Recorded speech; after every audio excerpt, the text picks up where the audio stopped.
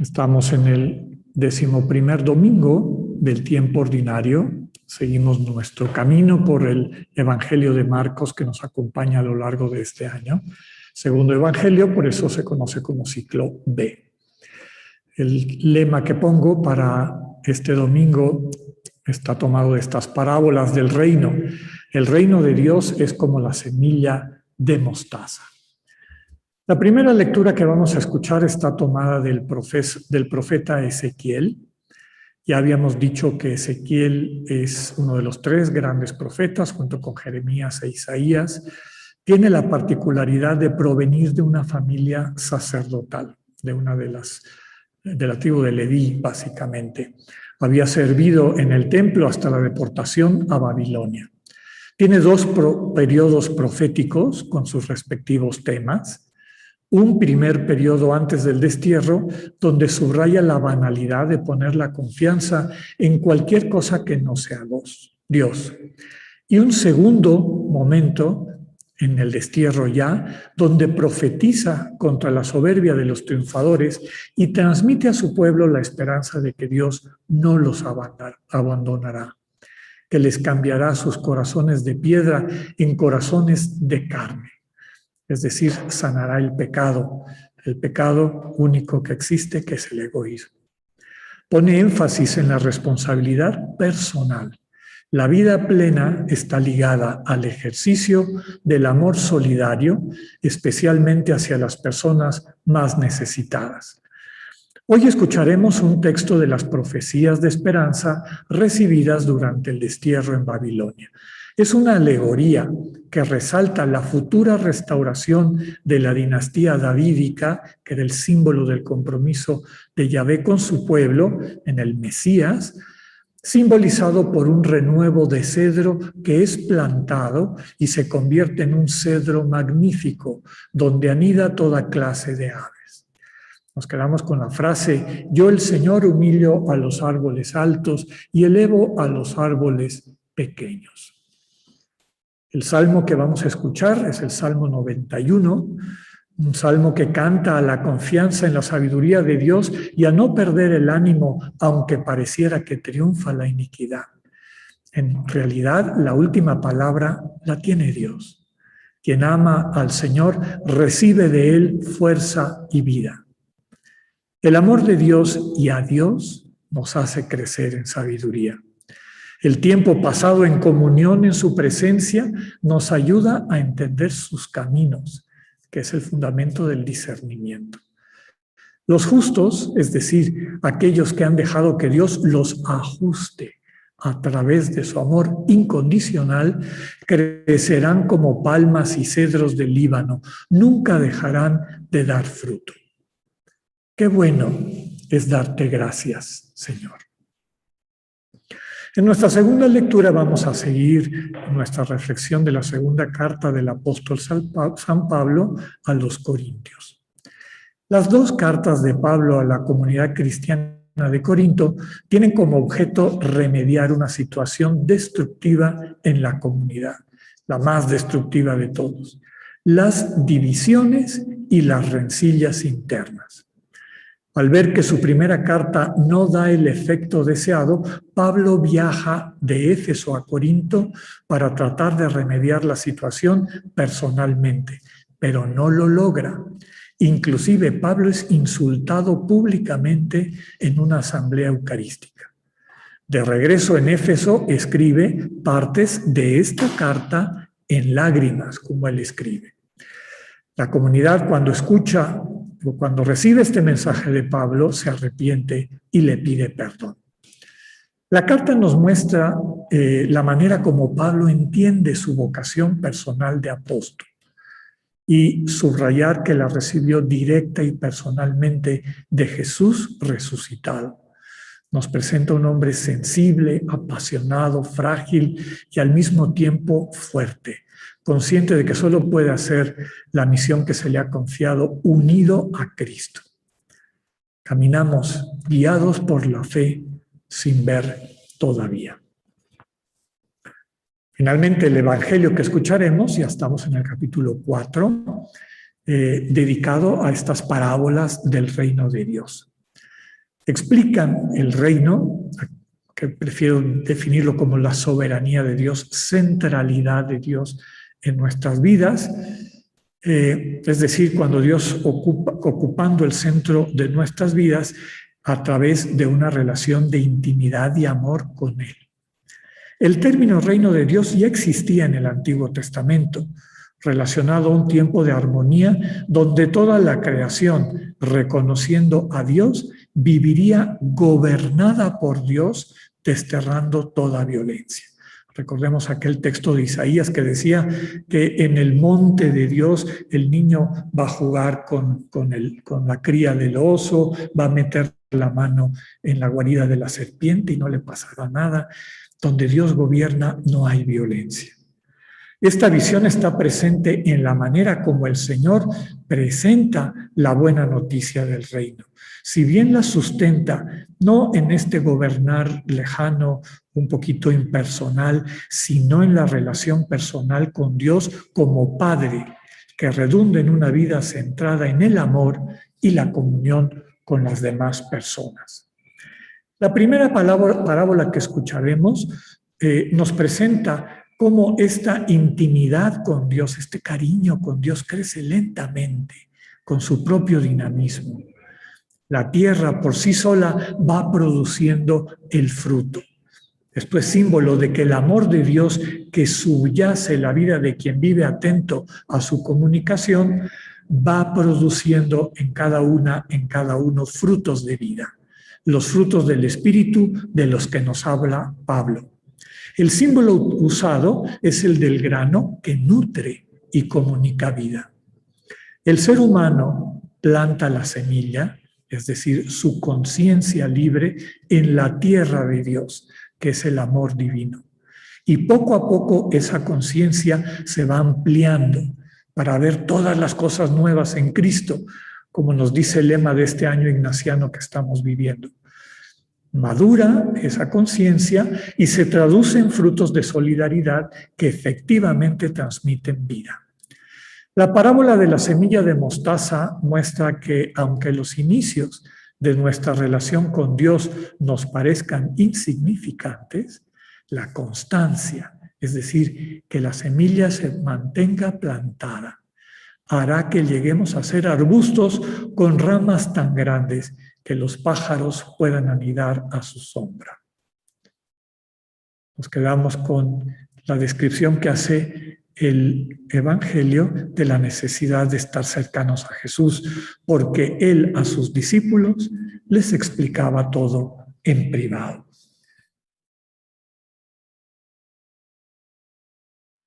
Desde luego que las lecturas de este domingo están centradas en esta imagen del reino, es decir, la relación con Dios que nos sorprende y que a lo largo de la historia de la humanidad, de la que somos parte, de manera individual, pero también comunitaria, en este sueño o proyecto de Dios de hacernos un solo cuerpo, una sola familia en Dios desde el amor. A través de los siglos hemos ido desentrañando lo que significa este anhelo que vive en el corazón de todas y todos de entrar en esta comunión. Y esta comunión que básicamente se reduce a experimentarse amado, amada, valorada, valorado. Y además con la capacidad de poder hacer lo mismo hacia otras personas.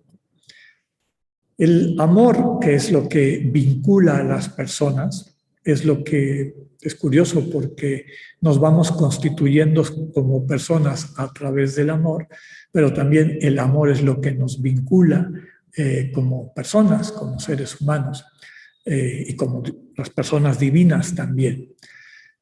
Requiere tiempo del que esa experiencia del amor recibido vaya madurando en nuestra conciencia de ser personas, en nuestra manera de ver el mundo que nos rodea, en nuestra manera de ver a las demás y a los demás, y así poder interactuar con ellos. El mensaje principal lo tomamos desde luego del Evangelio, de estas que se conocen como parábolas del reino. Y hemos comentado en otras ocasiones que la catequesis de Marcos es particular. El Evangelio de Marcos es corto. Si lo leemos de corrido, sentimos que las cosas van a una velocidad que a veces nos llama la atención. Va presentando distintos elementos de este misterio de Jesús, que es el centro del mensaje del Evangelio. Ya veíamos cómo todo iba bien con su predicación y demás, hasta que empieza a subrayar que Él trae la autoridad de transmitirle a la humanidad la revelación definitiva. ¿Quién es este Dios por el que todos han suspirado, anhelado a lo largo de la historia de la humanidad? Y cuando empieza a revelar a un Dios cuya presencia y cuyo proyecto contradice algunas de las prácticas religiosas de la época, que en vez de suscitar amor, solidaridad, capacidad de abrir la conciencia y el corazón para recibir a los demás, para encontrarnos como hermanos y hermanas y desde ahí construir una vida de mutualidad feliz y plena, pues empezaron los problemas. Y ya veíamos la semana pasada el culmen de los problemas, cuando no entendiendo a Jesús se cierran estas autoridades religiosas diciendo que en él no está actuando Dios, sino el príncipe de los demonios. Y el Señor les responde: si ustedes no se abren al Espíritu, si ustedes no permiten que el amor de Dios transforme sus vidas en un auténtico acto religioso, que les religue a Dios y les religue a unos con otros, entonces ese milagro de la vida plena no se va a dar en sus vidas. Inmediatamente empieza a hablar el Señor de este reino de Dios, esta nueva manera de entender la religión. El reino de Dios no es un lugar, no es un espacio, no es una serie de leyes, no es algo que sea externo a ti o a mí. El reino de Dios es algo que vive en cada una, en cada uno. Es un estado, como hemos dicho en otros momentos. Utiliza ese término, reino de Dios, porque como les decía en las reflexiones, ya tiene una historia en el Antiguo Testamento. Pero el reino de Dios equivale a una relación de amor íntimo y cercano con Dios. Ese reino de Dios, como todos los enamoramientos, todos hemos aprendido a amar y hemos pasado a lo largo de nuestra vida por distintos tipos de amor. Cuando éramos pequeñitos teníamos un amor de necesidad y nos vinculábamos a las personas que queríamos también con un miedo subyacente de que si esas personas nos abandonaban, nos quedábamos desprotegidos en la vida. Aprendimos a amar no solamente cosas, sino personas a las que nos sentíamos afines cuando descubrimos que teníamos amiguitos, amiguitas con quienes nos llevábamos bien. Después descubrimos el amor de pareja, el amor de complementariedad. Y aquí la clave, y este es el centro del mensaje de las lecturas de este día, la posibilidad de descubrir este amor sin límites, en absoluta libertad, incondicional, que va sanando todas las heridas de nuestra conciencia no reconocida, no convalidada, maltratada, ninguneada, no siempre desde la voluntad de quienes son victimarios, pero siempre con este resultado de sentir que nuestra vida no es plena, que hay situaciones que nos impiden alcanzar esa felicidad que anhelamos. Y perdemos el tiempo y recursos de todo tipo, y el principal recurso es el tiempo, rodeándonos de cosas que nos distraen de ese vacío. Las parábolas del día de hoy nos dicen: el centro de la vida del cristiano es su relación de amor con Dios, que capacita la relación del amor divino con todos los demás, hombres y mujeres, con todos los seres humanos. Pero nuestro maestro es Dios. La semilla de nuestra conciencia tiene que ser plantada en esa tierra, que hace que el amor crezca de manera natural. Y como les decía, ¿qué es lo que le toca al que sembró? Que la semilla quede allí. ¿Cuánto tiempo dejas que la semilla de tu conciencia día con día esté plantada en el amor de Dios, en la oración, en el silencio interior, en el dejar que el amor te vaya haciendo amor, porque fuiste creado a su imagen y semejanza? Quienes tenemos la gran bendición de haber vivido varios años en este camino de la oración contemplativa, podemos testimoniar cómo ese cariño, ese amor va creciendo, como esa semilla de mostaza que al principio nos costaba trabajo ver, entender, pero que desde un inicio captábamos que tenía vida para nosotros, que se traducía en alegría, en tolerancia, en capacidad de enfrentar los problemas que siguen estando presentes en nuestro entorno, pero que dejan de ser obstáculos y en ocasiones se convierten en retos y a veces hasta en posibilitantes para encarnar lo que nos vincula a la vida definitiva, a la vida eterna, que es el amor. Cuidar que la semilla esté plantada permanentemente en esa tierra rica del amor divino que hace que todo vaya creciendo de una manera que nos asombra y eventualmente, como termina la primera parábola, podamos compartir la cosecha. El amor de Dios concretado en la vocación personal tuya, mía y de cada una y cada uno de nosotros, ¿no? Con estos dones que Dios nos ha dado, que sirven para alimentar de forma concreta a las personas con las que convivimos.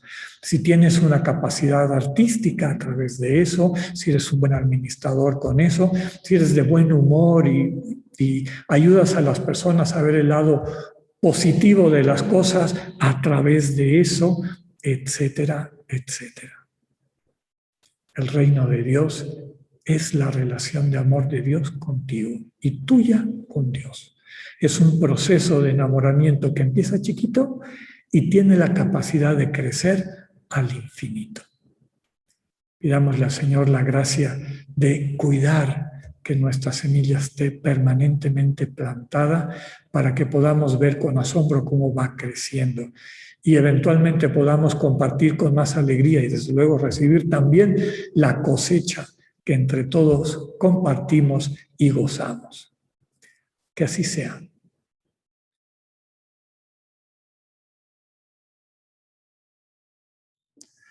Que sea esta una semana de dedicarle tiempo de calidad a dejar que esa semillita de la relación de amor con Dios crezca.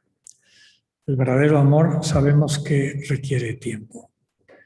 Cuando un enamorado quiere, o una enamorada, quiere encontrarse con su pareja y hacer crecer ese vínculo, trata de separar tiempo de calidad para eso. Que el reino de Dios, que es su amor activo en nuestros corazones, crezca en la vida de todas y todos. Que tengan una buena semana. Dios con ustedes.